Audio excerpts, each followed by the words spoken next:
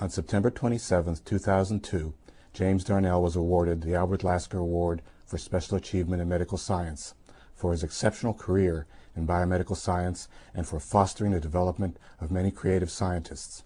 James Darnell is interviewed by Lasker laureate and Nobelist Eric Kandel of Columbia University. My name is Eric Kandel. I'm a professor at Columbia and investigator at the Howard Hughes Medical Institute. I have the privilege of interviewing Jim Darnell, who has won the Lasker Lifetime Achievement Award and who has been a friend of mine since 1957. Jim, why don't we begin with your early years? You were born in Mississippi, you went to the University of Mississippi. How did that influence your getting interested in biology and your subsequent career? My mother was a was a dietitian at the local hospital. Hospitals in those days were owned by a physician in the town, and this was about a 30-bed hospital. And I went there for lunch every day as a high school student and met all the physicians. And finally, some appeared on the hospital staff who had come from, lo and behold, outside the South. And that was among my first recognitions that it was possible to get out to the South, which I did at the first opportunity. Went to the University of Mississippi because it was free, but virtually, but then went to Washington University in St. Louis for medical school. I was introduced to that because I had an aunt who lived in St. Louis. And in contrast to the competitive nature of things these days, I simply drove up to the campus to register for undergraduate work, and then I applied only to Washington University and the University of Mississippi to get into medical school. So that was the pathway from way out in the country to Washington University. Washington University has a wonderful tradition for academic medicine and for basic science research. And if I remember correctly, you started your research career while you were at Yes, I medical did. school. I had, as it turned out, the good fortune that a very well-known professor, Arthur Kornberg, who was coming to be the chairman of the Department of Microbiology at Washington University, was delayed for a year. And so we had, all of a sudden in the summer, I guess, of 1952, no prospective microbiology course. And a gentleman called Carl Harford, one of the early clinical users of cell culture to look at animal viruses, took over. And Carl coerced everyone at the medical school who grew any kind of bacterium to take students in their laboratory. And I landed in Bob Glazer's laboratory, Robert Glazer, who will be familiar to many of our academic colleagues who may ever see this. And Glazer was an assistant professor at the time, and he ran the streptococcal clinic. And I did experiments in his laboratory dealing with group A streptococci when I was in medical school. We gave rabbits tonsillitis. We looked up the fact that among the laboratory animals, the rabbit had a cluster of cells that could be called tonsils. Most don't. And so rabbits were our choice animal to try to produce rheumatic fever in by injecting streptococci. We came close. There were some lesions in the heart after repeated streptococcal infections. So after medical school, you went to Barnes Hospital and you were a house officer there? I was a house officer for 1 year, an intern, on the medical service. I was proud that I was on the last medical staff chosen by Barry Wood before he left to come to Johns Hopkins. And I had already visited in my senior year, in the middle of the senior year, Harry Eagle's lab at the National Institutes of Health. Harry at that time had been studying penicillin, and so I had done some work with penicillin and streptococci, so that was the natural introduction. But he wouldn't take me immediately upon graduation from medical school. I therefore did an internship, and Carl V. Moore, to whose group we are indebted for an understanding of iron metabolism in man, twice visited Eagle and asked him, would he take me? He finally did, and so I arrived in around the 1st of July in 1956 in Harry's lab. What really strikes me about your period at the NIH was that in 1956, biology was really focused on microorganisms, E. coli and its viruses, and that somehow very early on you realized that we had already learned a great deal about bacteria, and we were ready to move on to the cells of higher organisms, to move on to mammalian cells. How did that come to you? Well, I was extraordinarily lucky, as many of us who have had any success in science are.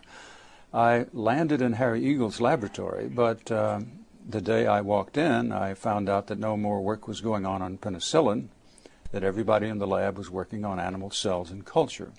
Eagle by that time had worked out a means for growing individual cells outside of a body that had only been established to be possible by a man called Wilton Earl, who grew the first mouse cells outside of the body about 10 years before that.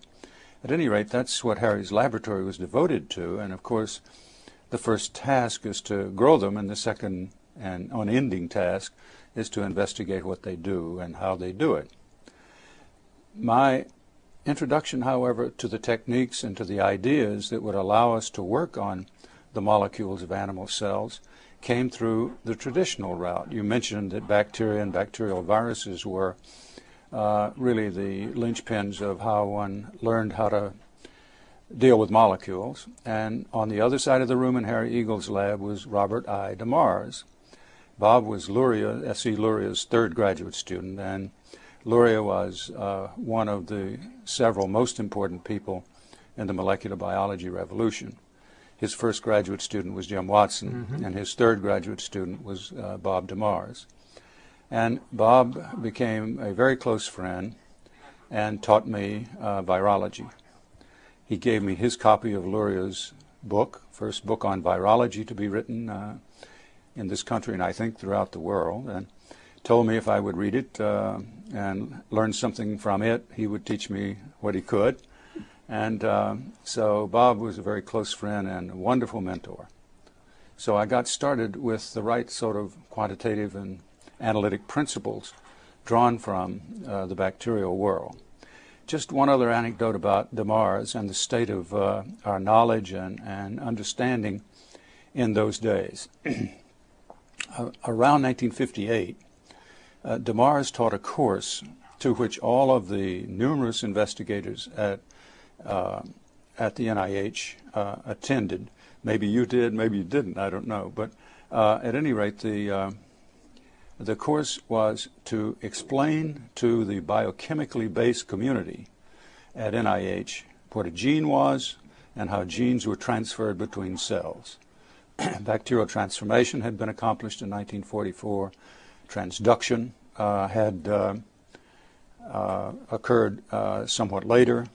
And the movement of genes with vectors from one cell to another was thereby discovered in bacteria. And the animal cell people first heard about this, many of them, very well-known scientists, Chris Anfinson, Gordon Tompkins, others, got their introduction to genes from Bob DeMars' talks at NIH. Wonderful. So, and he was on the other side of the lab from me. So Isn't that I learned an enormous wonderful amount from opportunity. So that's how you became interested in gene expression in higher organisms. That's right. And your first approach was to try to figure out how information goes from the DNA template to the protein synthesis machinery. How did one think about it in animal cells in those days? Well, of course, individual genes were far out of reach. Genetics, which allows one to study the biological behavior of an individual gene, was also out of reach. To do genetics in animals, one realizes, even in mice, for example, takes a long time and is impossible to do it in humans except in a prospective sense. You find a gene, retrospective sense, you find a gene that's mutated and you try to learn something about it. And so cell culture of cells which either had an irregular number of chromosomes and therefore an irregular number of genes, or even if they were perfectly maintained as diploid cells, that is with two sets of chromosomes, they were impossible to manipulate in those days. So viruses became the tool by which the aspiring molecular biologist of animal cells turned to. And the first thing that I worked on was poliovirus, because it had a short growth cycle. It was known to be a small virus and therefore should have relatively less complicated set of genes. And it was an RNA virus, and it was not clear at that time what the role of RNA was in gene expression, but it was clear that the RNA viruses had their own genes. The famous 1956 experiment of Franco Conrad and Gerhard Schramm showing in two different laboratories, showing that it was the RNA that was infectious, and the RNA dictated what kind of protein came out of the infection, was a very important early experiment. So I made use of their techniques and worked with infectious polio RNA, for example, and was aware of what was going on, and the attempt to pin the informational tag on RNA, although we didn't realize quite what we were doing then. You say that in such a matter-of-fact way. It's interesting when one thinks back on your career, that is your appreciation of using viruses in animal cells as a tool for studying genetic mechanisms really allowed you to recapitulate in the cells of higher organisms what Delbruck and Lurie had tried to do with E. coli and their viruses. And you predicted, I remember it so clearly at that point, that the reason one needed to do this is because new principles were likely to emerge in the study of mammalian cells, which, as we will see, did in fact emerge. Yeah. So how did you think of going to France and furthering your skills by working in Jacob's laboratory? Well, this was again influenced by Bob Demars, who, in going to the bacteriophage and bacterial genetics meetings, had met all the major actors in the world. And he, like many of the people at that time, and certainly me after my experience, thought of Francois Jacob as a magician. Right. And so Bob told me that I should go to Paris and to work with Jacob if I could. And I applied to do so. And Jacob at that time didn't even have his independent laboratory. He was in the laboratory of Lvov, right? And so Lvov wrote me the acceptance letter, but it was with Jacob that I went to work. I went to work to learn genetics because Bob told me that was what was really lacking, still is, in my real understanding of the world. And that was the year that the messenger RNA was discovered. Do you want to say something about that? So I arrived right in the midst of Jacob and Monod preparing the paper, which up until recently, when people quit reading anything older than 10 years old, was the most famous paper in molecular biology, right? And that came about because of the realization and then the demonstration that there was a short-lived intermediate between the genetic apparatus and the protein synthesizing apparatus, that bacteria can shift gears in the proteins that they make very, very quickly. They can turn on the synthesis of something and turn it off again. And so that was the core idea in the Jacob-Monod hypothesis. And that was an RNA. And that was an RNA, right. And that was proven, or at least strongly hinted at, by experiments that Sidney Brenner and Messelson and Jacob did in Caltech. Right. So you began to think of looking for a parallel process in higher cells. That's right.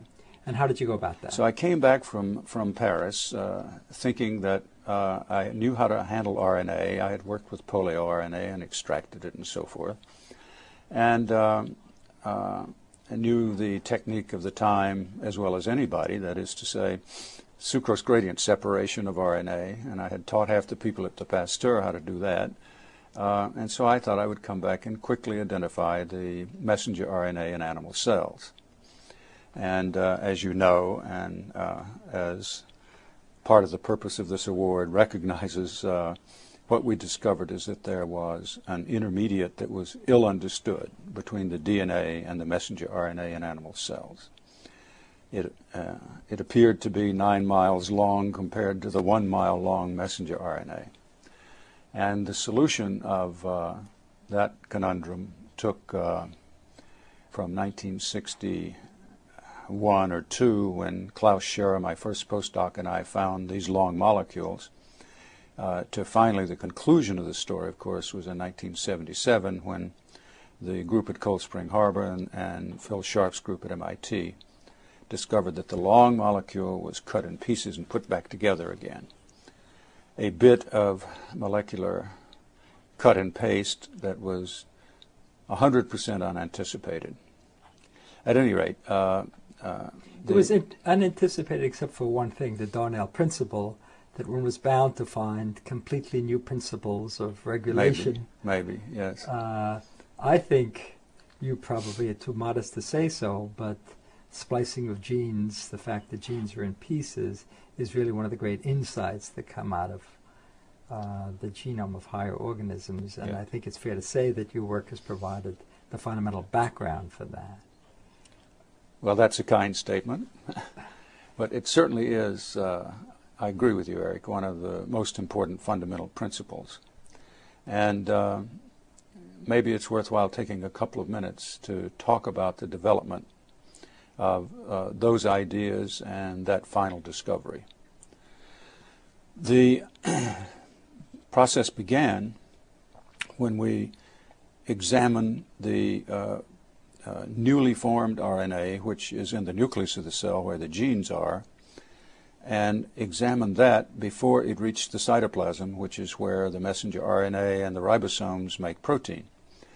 And the newly formed RNA has to supply not only the messenger RNA, but the majority RNA of the cell, which is ribosomal RNA, and tRNA, transfer RNA, the smallest RNA. And the first thing we discovered was that there were these very long molecules, to give them a number, 14,000 nucleotides in length, that contained within them the sequences for both of the ribosomal subunit RNAs. So it was clear from the initial discovery of the long molecules, plus the fact that if you stopped any further synthesis, they broke into pieces, that we discovered RNA processing, first with ribosomal precursor RNA being converted to ribosomal RNA. And this was already clear by 1962. The discoveries about how the messenger RNA arose then took a number of steps. First of all, although it was reasonable that animal cells had messenger RNA and followed the principle that Jacob and Monod elucidated, one didn't know how big it was, where it was, how to get your hands on it biochemically or biophysically. And one of the most important experiments I think we ever did was to show that the large molecules, which are ribosomal precursor RNA, had a chemical composition similar to the ribosomal RNA. Mm-hmm. But if we labeled cells with a radioactive precursor for a brief period of time before a ribosome got made, molecules could be found attached to ribosomes in the cytoplasm that did not have that chemical composition, but had the chemical composition of the average DNA. So what we had isolated was radiologically labeled messenger RNA. And one could define things about it, and one knew where to get it off the groups of ribosomes called polyribosomes. So that was the first isolation of messenger RNA. That's a wonderful accomplishment. In the way that it could be worked with biochemically. And then to jump ahead a bit, trying to prove that the short molecules came from the long molecules when one was dealing with averages, that is all of the message and all of the nuclear RNA. We named the large RNA heterogeneous nuclear RNA because we did not have a definitive role for it at the time. And the relationship between the two things was what we and many others tried to prove throughout the late 60s and early 70s. And the steps along the way that led to an understanding of that were, first of all, the identification in the laboratory of Mary Edmonds and George Browerman and ourselves that a chunk of adenylate acid-rich, actually pure adenylate acid polymer, which Mary had discovered as early as 1960, but had not been placed and the hierarchy or the arrangement of RNA molecules, we all three came to the same type of experiment. Was published in 1971 in one issue of the Proceedings of the National Academy. And we took polyribosomes, as did Mary's lab. A postdoc from my lab had gone there, and he, as an assistant professor, and Mike Vaughan in Mary's lab showed them how to make polyribosomes. And so we and Mary and George all took polyribosomal RNA out, and lo and behold, it had this poly A chunk on it. So that was the discovery that was both practical and theoretically very important. The practical part is you can copy messenger RNA, and a lot of recombinant DNA work came from that fact. But the thing that we were interested in was we were able to show very ' that the poly A was first added in the nucleus to the large nuclear RNA. So you had a common signature for both. So the ends, at least the 3' end or the right-hand end, as these things are conventionally written, was poly A, and it was added first in the nucleus, then it appeared in the cytoplasm. So that was a real precursor-product relationship without having specific RNAs in hand. Right. Then the problem was, well, why is the other one so big? Several people around the world, both working on viruses and working on animal cells, discovered that the other end of the RNA also had a signature sequence, a cap. Right. A methylated GPPX, for those who know a little biochemistry, was at the amino terminus of all the messenger RNAs. Lo and behold, it was in all eukaryotic organisms down to yeast, or up to yeast, some people would say. But at any rate, it's in all eukaryotic organisms. So there was a general way of making messenger RNA. There was a cap at one end, poly A at the other end. And it never would have occurred, I don't think, to anybody to think ahead of time to look for a mechanism which brought those two things together, resealing the link after things were cut out. The discovery of splicing then came by taking advantage of work that Phil Sharp's lab and our lab and others had done, mapping the sequences that were synthesized in the nucleus of adenovirus DNA, where you had a single gene, where there was a single DNA, but gave rise to a lot of different messenger RNAs. But the region from which the messages came all was synthesized in one long piece. And we mapped the start site for that long piece, and it demonstrated that it did cover 30,000 bases. The messages were 5,000 bases long, más o menos. And so I thought during these years that we were going to get message from both ends, that you cut this end off and put a poly A on it, you cut this end off and put a cap on it. Well, one of the things that disturbed that is that we and others soon found that the cap went on only at the starting site. So what was happening? The group at Cold Spring Harbor had the notion that small RNAs were priming tiny RNAs were priming small RNAs, and that's what became message, and the large molecule didn't matter. But the test of this came when they, as well as Phil Sharp's laboratory, took a long piece of DNA and a short message from the middle of that, and they showed that this end stuck to the end of the message. And all of a sudden, it was necessary to try to figure out how you got from this long piece of RNA to the short piece of RNA by omitting the middle.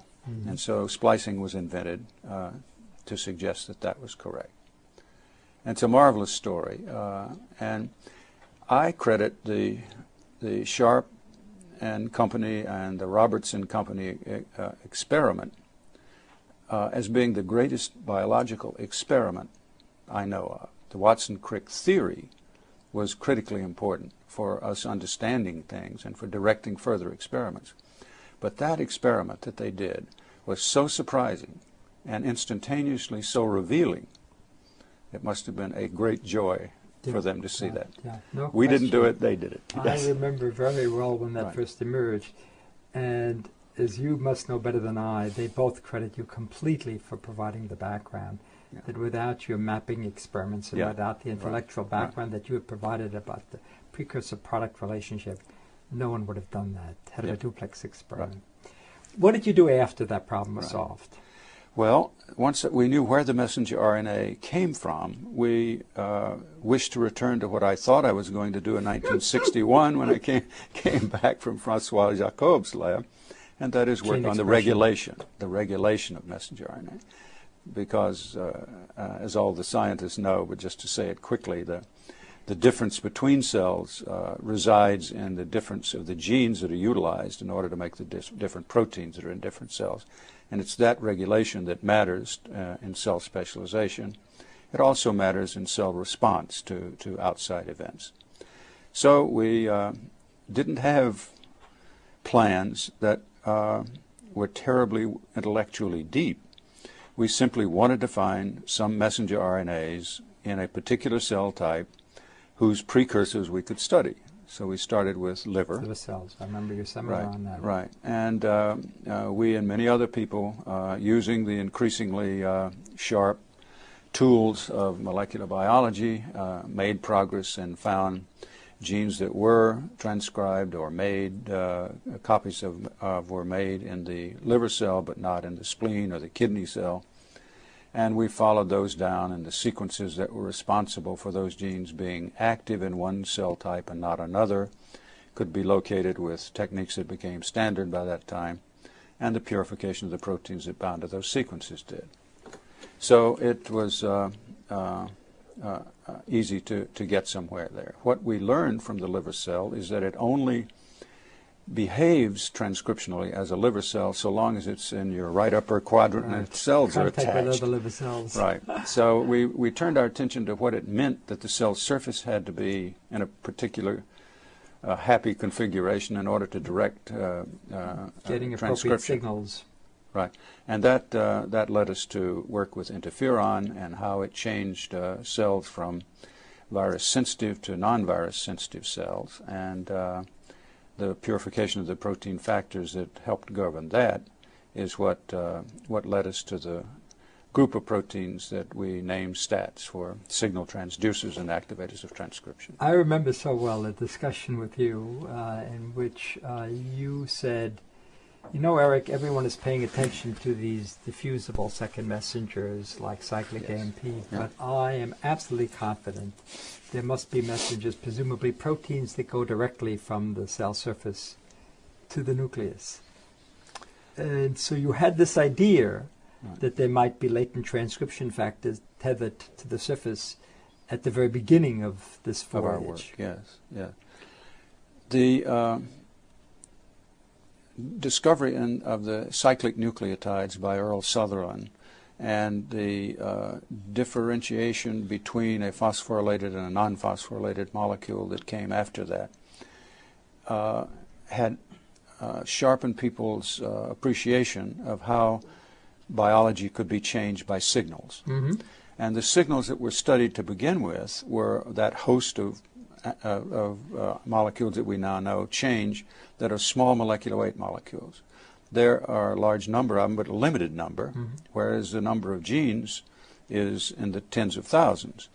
So it never made sense to me that the small number of soluble factors would be capable of directing the specific gene expression that occurs in cells. What is specific in cells, we teach our students, and everybody who reads the newspaper knows, is that the DNA encodes specific proteins, and the proteins themselves have a great degree of specificity. So vested in the thousands of proteins in the cell is much greater specificity than in the small molecules. So David Levy and I and others in the lab at the time became enamored of the notion that we could find a protein that would interpret the fact that on the surface of the cell the interferon had appeared and it was going to change gene transcription in the nucleus, and it was our job to find the proteins between them, right? And that's what we took off to try to do, and did, right? It's turned out to be a marvelous story. I highly recommend to anyone to discover something interesting and important in their 60s. Wonderful.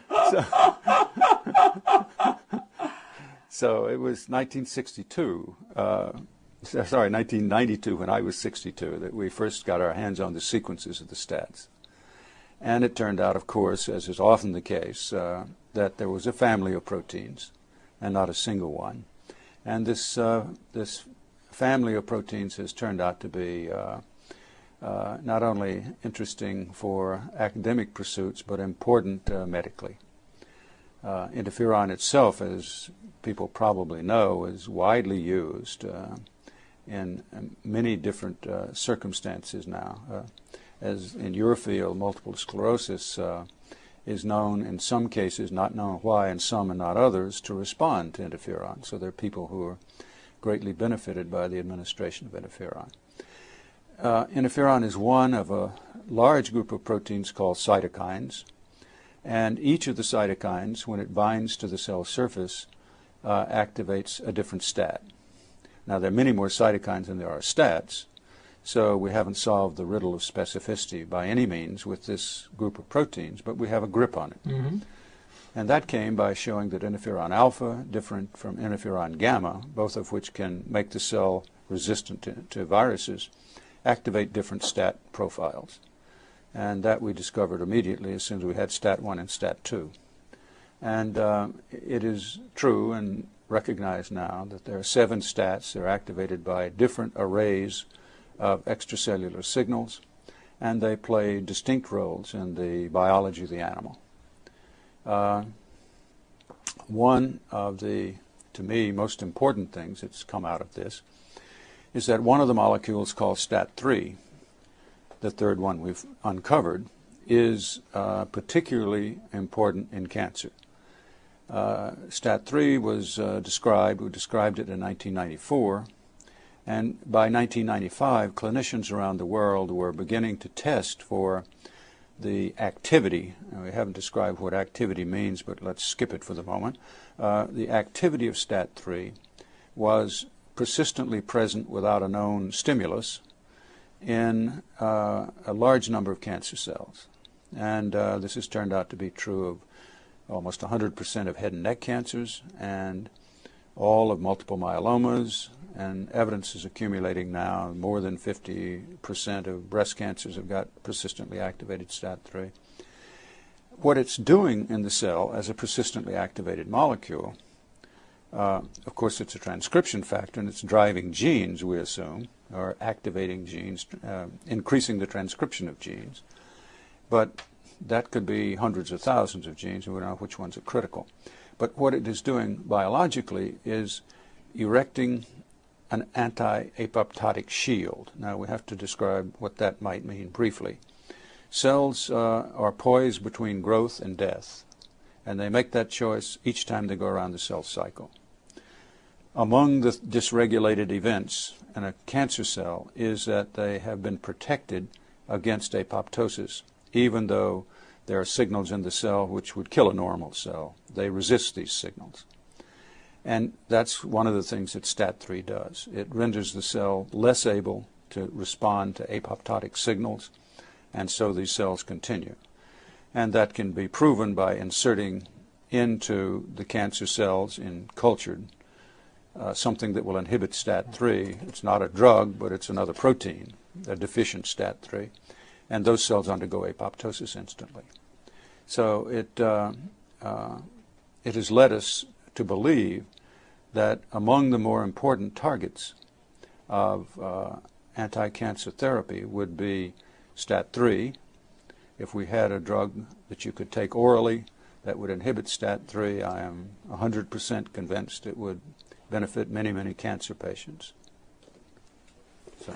Jim, in addition to these 2 remarkable discoveries, a new signaling system between the membrane and the nucleus mediated by proteins, the processing of messenger RNA and other RNAs, the biological community values you so much because you've made 3 other really spectacular contributions to our life as biologists. You've trained a number of just wonderful students, beginning with people like David Baltimore, Jonathan Warner. You have written, contributed to 2 major textbooks, and you've helped revitalize Rockefeller University to the vigorous academic institution based on independent young investigators. I wonder whether you could briefly take up each of those topics and say something about it. Well, my response to training many young investigators, I think my response to that would go like this. I was exceedingly fortunate, and still am, in attracting to the laboratory, or having them come to the laboratory, with a great deal of innate talent. And you know yourself that that we couldn't train people without innate talent to be wonderful and successful scientists.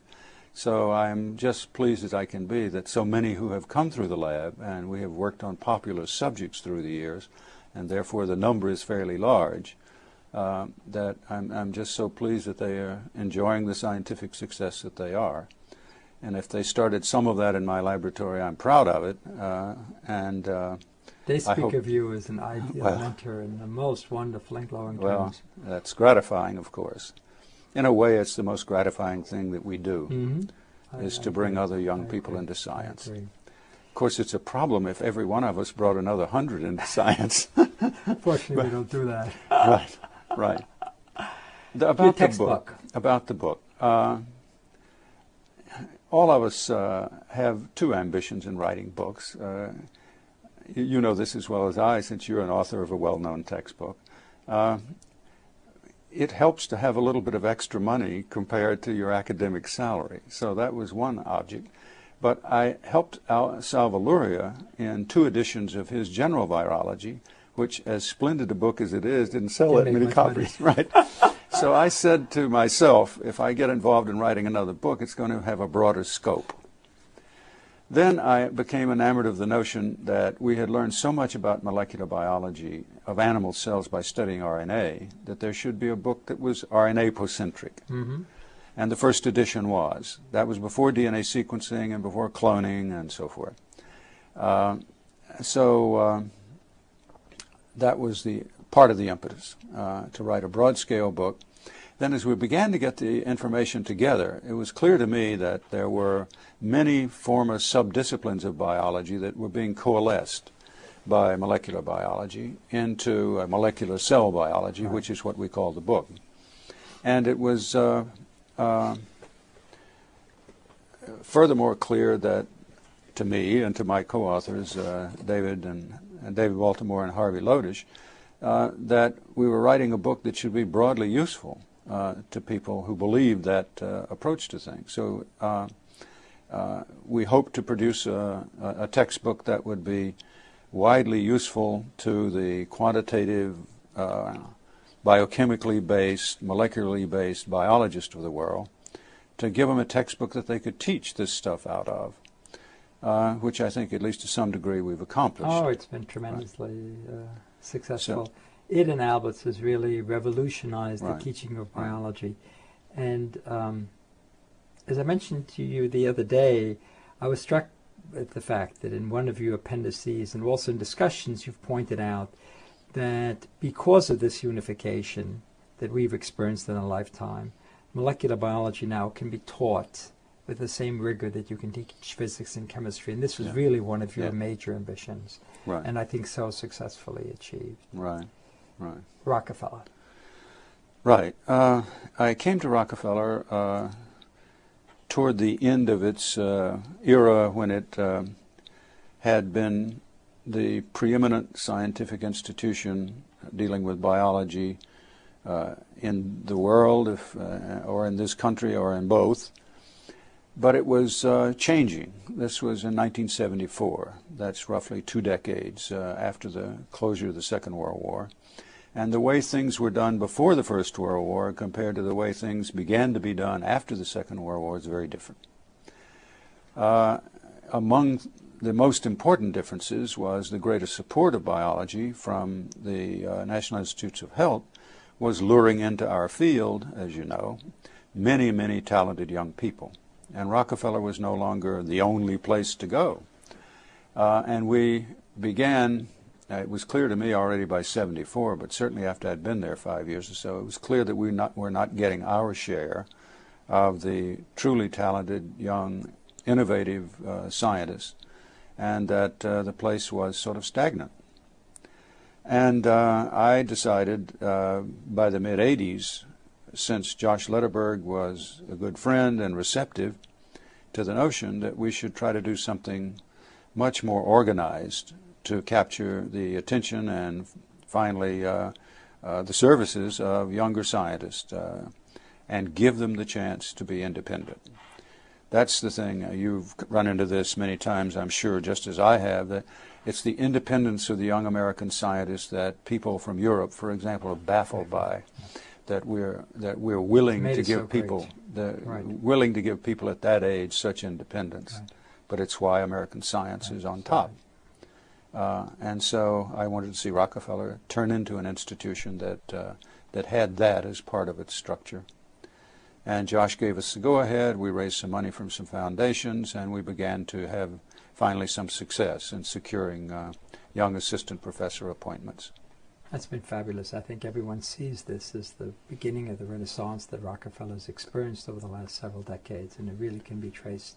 You had outstanding people in that program. We did. We did. Still do. Right. Right. Yeah, David Luck and I were more or less the managers of that, and I happened to be on 2 boards at the time that give fellowships to really excellent young people, and went to their meetings and met the young people and identified most of them who came. In other words, it wasn't the wide open advertisement of jobs, but I was afraid that that would be too hard for us to manage, since I was the only one interested in doing it other than David. And so I went to my friends and went to these meetings and figured these people. But even in subsequent years, I was on the board maybe 8 or 9 years ago when you were considering a major leadership post on the West Coast, and I got so many calls from these young investigators afraid that even though they were assistant professors and independent, that your leaving would affect their future. So they still felt that your assistance was of great value to them. Well, I have had to stand up to some of my senior colleagues about the value of the program from time to time. Right. Yeah. Jim, I just want to conclude this by saying how absolutely delighted the scientific community is that you're being recognized in this way. You've been one of the jewels in our crown, and I'm really pleased to have the privilege to interview you. Thank you. Thank you, Eric. I've enjoyed our chat, as always.